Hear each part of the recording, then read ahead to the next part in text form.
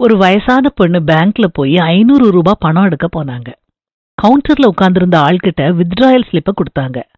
உடனே கவுண்டர்ல உட்கார்ந்திருந்த ஆள் 5000 ரூபாய்க்கு குறைவா எடுக்கணும்னா நீங்க ஏடிஎம்ல போய் எடுங்கன்னு சொன்னாரு. ஏன் இங்க எடுக்க கூடாதுன்னு அந்த அம்மா கேட்டாங்க.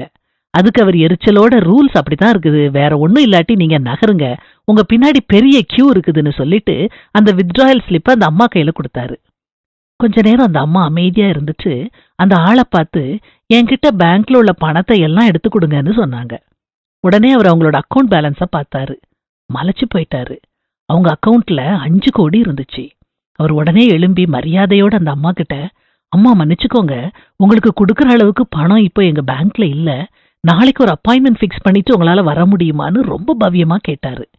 உடனே அந்த அம்மா, இப்போ நான் எவ்வளவுதான் எடுக்க முடியும்னு கேட்டாங்க. அதுக்கு அவரு 5000 ரூபாய் எடுக்கலாம்னு சொன்னாரு. அந்த அம்மா அவர்கிட்ட 5000 ரூபாய் எடுத்து கொடுக்க சொன்னாங்க. அவரே ஸ்லிப்ப ஃபில் பண்ணி அந்த அம்மா கிட்ட கையெழுத்து வாங்கி உடனே அவங்க கிட்ட 5000 ரூபாய ரொம்ப மரியாதையோட கொடுத்தாரு. அந்த அம்மா 500 ரூபாய தன்னோட பையில வச்சுட்டு மீதி 4500 ரூபாய மறுபடியும் தன்னோட அக்கவுண்ட்ல டெபாசிட் பண்ண சொன்னாங்க. கவுண்டர்ல இருந்த ஆளுக்கு என்ன பண்றதுன்னு தெரியல. அந்த ரூல வச்சவனை விட அந்த அம்மா எவ்வளவு அறிவாளியா இருக்காங்க பாத்தீங்களா? அதனால தோற்றத்தை வச்சு ஒருத்தரையும் நம்ம எடை போடக்கூடாது. ஏழைங்கிறதுனால அலட்சியப்படுத்தவும் வேண்டாம், பணக்காரங்கிறதுனால தூக்கி வச்சு கொண்டாடவும் வேண்டாம்.